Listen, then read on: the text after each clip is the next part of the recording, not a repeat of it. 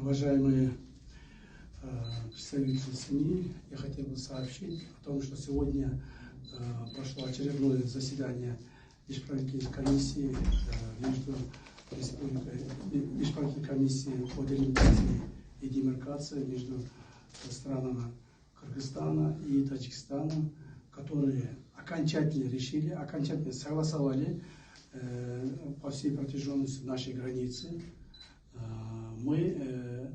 Я могу все ответственно заявить о том, что сегодня завершен исторический момент согласования границы. Ранее, как Самир Сатарович очень правильно сказал, в дальнейшем остается оформление, юридическое оформление и ратификация через парламентов, подписание наших уважаемых президентов. И мы, я думаю, в ближайшем будущем, уже буквально несколько месяцев, завершим окончательно наши границы. И этим случаем я хотел бы выразить большую благодарность членам всех наших межправительственных комиссий, в том числе уважаемый Самир Сатарович.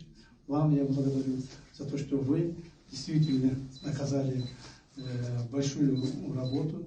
И я благодарен вас за то, что мы с вами вместе завершили. Спасибо.